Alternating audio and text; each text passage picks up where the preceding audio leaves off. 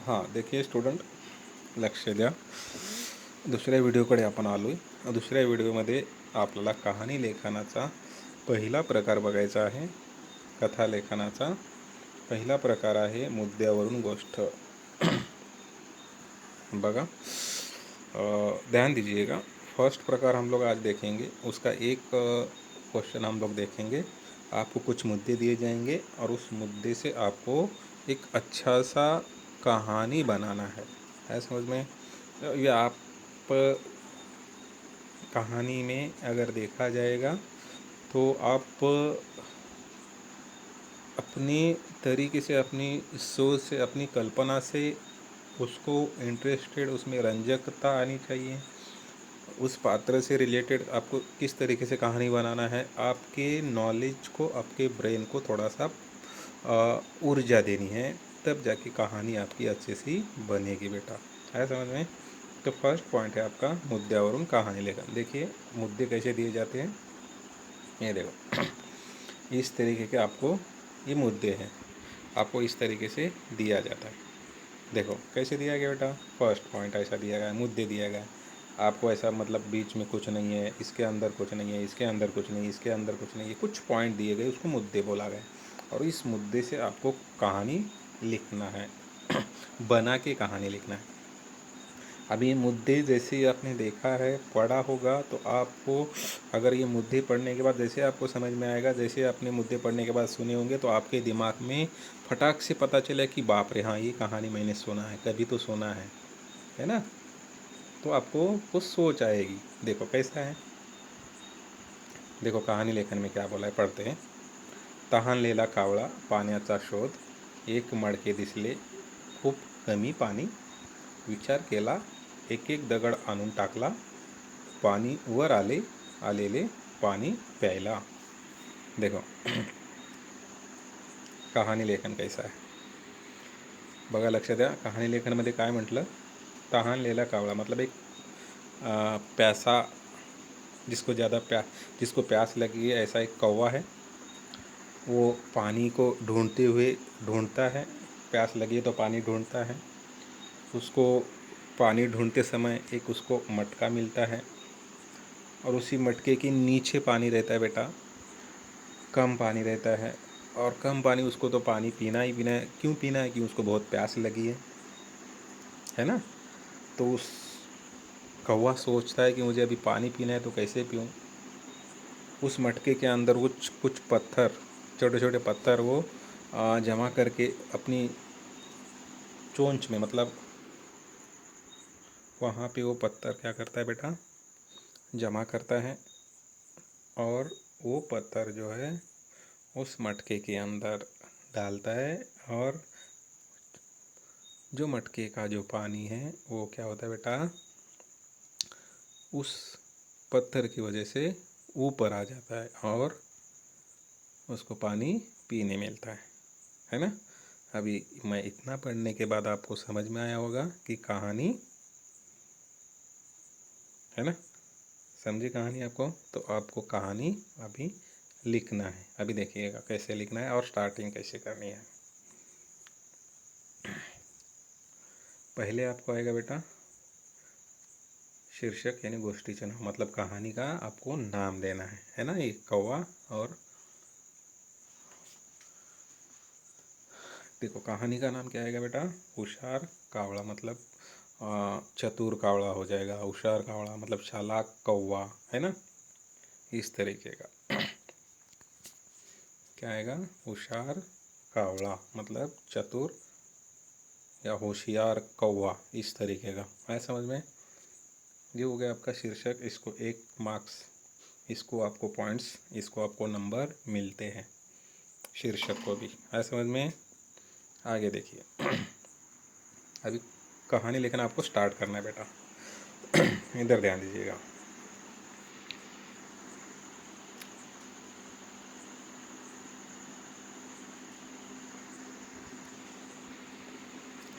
कहानी लेखन स्टार्ट करने से देखो कैसे स्टार्ट किया बेटा. उन्हाळ्याचे दिवस होते, मतलब बहुत धूप काले का समय था, है ना. कैसे बोला गया, बहुत धूप काले का समय था, खूब ऊन पडली होती, मतलब बहुत धूप काले का समय था और खूब मतलब बहुत ज़्यादा धूप पड़ी हुई थी। एका झाडावर एक कावळा बसला होता। मतलब देखो, एक पेड़ के ऊपर एक कौवा बैठा था, है ना। त्याला खूब तहान लगली होती, मतलब धूप तो बहुत ज़्यादा थी बेटा। और धूप ज़्यादा होने के बाद, धूप ज़्यादा है इसीलिए उस कौवे को क्या लगी बेटा, खूब तहान लगली। मतलब उसको बहुत ज़्यादा क्या लगी बेटा, प्यास लगी। त्याने इकडे तिकडे पाहिले, जवळपास पाणी नव्हते और उसको प्यास लगी है, पेड़ के ऊपर बैठा है और कौवा इधर उधर देखा, मगर उसको कहीं पे भी पानी दिखाई दिया क्या बेटा, नहीं दिखाई दिया। जवळपास पानी नव्हते मतलब उसको कहीं किसी और जगह पे इधर उधर देखने के बाद उसको पानी दिखाई दिया क्या, नहीं दिखाई दिया। तो खूब फिरला पण पानीच मिळालं नाही और उसको प्यास इतनी लगी थी कि उसको पानी पीना ज़रूरी ही था। और इसीलिए मतलब वो बहुत उसी एरिया में घूमा घूमा मगर उसको पानी कहीं पे मिला क्या, नहीं मिला। आया इतना समझ में। चलो आगे चलते हैं। अखेर त्याला एक मडके दिसले। देखो क्या बोला गया है, अखेर त्याला एक मोठे मडके दिसले। मतलब कि उसको इतना ढूंढने के बाद, इतना घूमने के बाद, इतना खोजने के बाद उसको वहाँ एक जगह पे उसको एक मटका दिखाई दिया। और मटका दिखाई देने के बाद देखो बेटा, तो पटकन उडून तेथे गेला, त्याच्या काठावर बसला। देखो, तो पटकन उडून तेथे गेला, त्याच्या काठावर बसला। मतलब उसको मटका जब भी दिखाई दिया बेटा, तो वहाँ से वो क्या किया, फटाक से वहाँ से उड़ गया और उड़ के जो ये जो मटका है, इस मटका जो काट है, ये ऊपरी हिस्सा, जो काट मतलब क्या बेटा, इसका ऊपरी हिस्सा, उसके ऊपर जाके क्या हुआ, बैठा। अभी देखिए बेटा, बैठने के बाद क्या हुआ, हात डोकावून हात डोकावून पाहिले, मडक्यात पाणी होते। देखो, हात डोकावून पाहिले, मडक्यात पानी होते।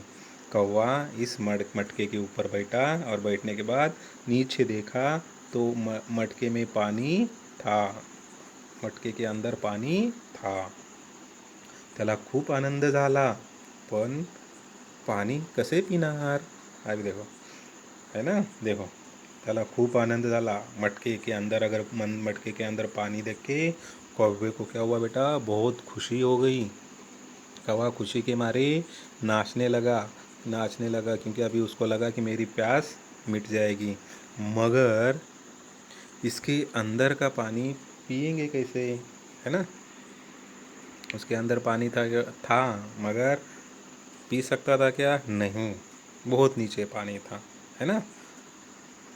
तो सोच में पड़ गया, अभी कैसे पानी पिया जाए, प्यास तो लगी है। आगे देखिए, पाणी तर मडक्याच्या तळाशी होते, पाणी तर मडक्याच्या तळाशी होते।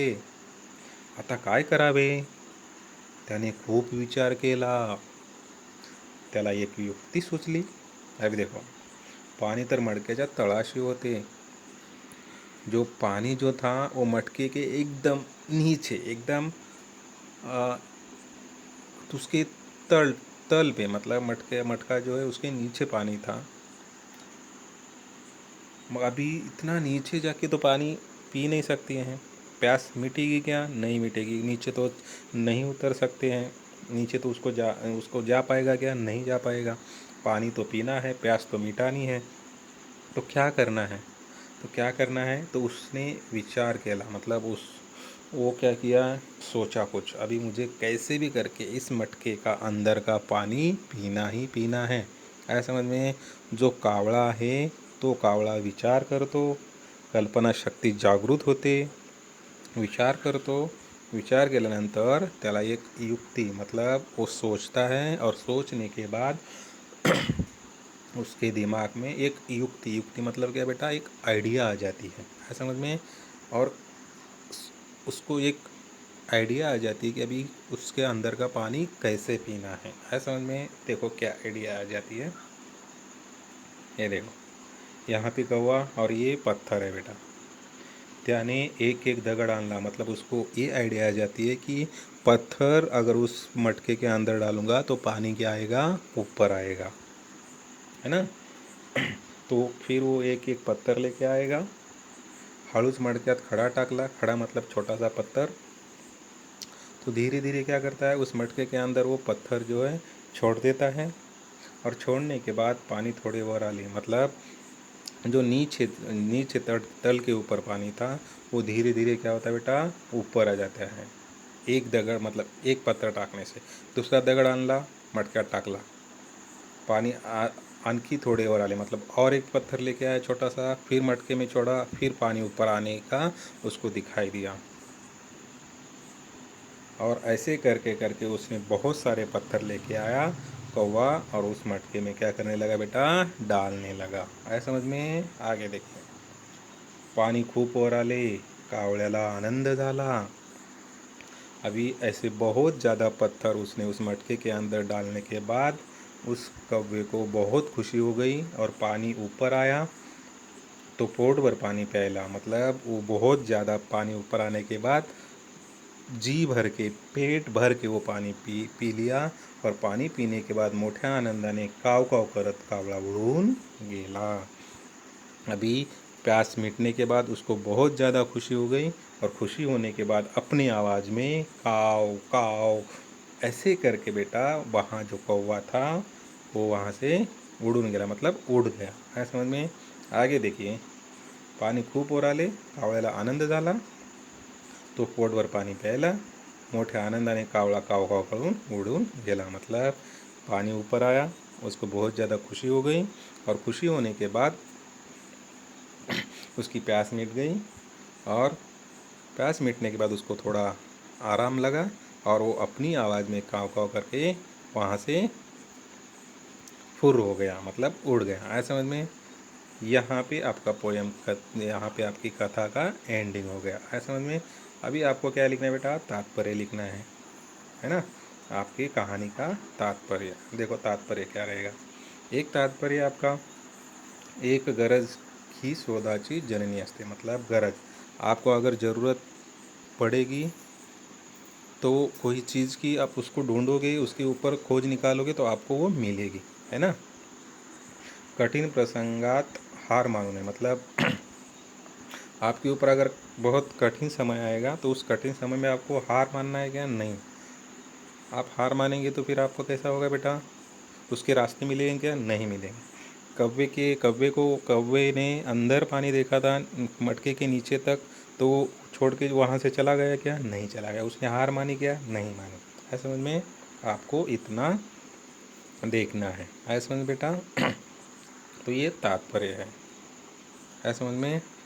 तो इस तरीके से आपको कहानी लेखन करना है, कहानी लेखन लिखना है। ये तात्पर्य को भी नंबर है आपका, और लास्ट में स्टार्टिंग से, जैसे कि ये आपका स्टार्टिंग है और एंडिंग, आया समझ में। तो यहाँ पे हम लोगों का जो ये वाला कहानी था, मुद्द्यावरून कहानी, ये क्वेश्चन हमने देखा था, ये क्वेश्चन हमारा यहाँ पे ख़त्म हो गया। ये आपके मुद्दे है, ये आपके पॉइंट्स है बेटा, है समझ में।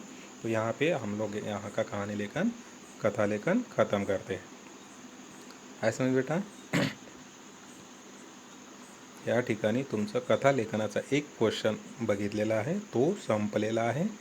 पुढच्या लेक्चरला पुढचा प्रकार आपण कहानी लेखनचा, कथा लेखनाचा काय करूया, बघूया। काय समझ में?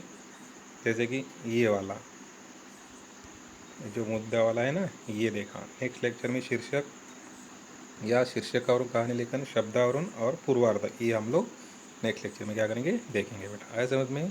चलो, थैंक यू ऑल स्टूडेंट।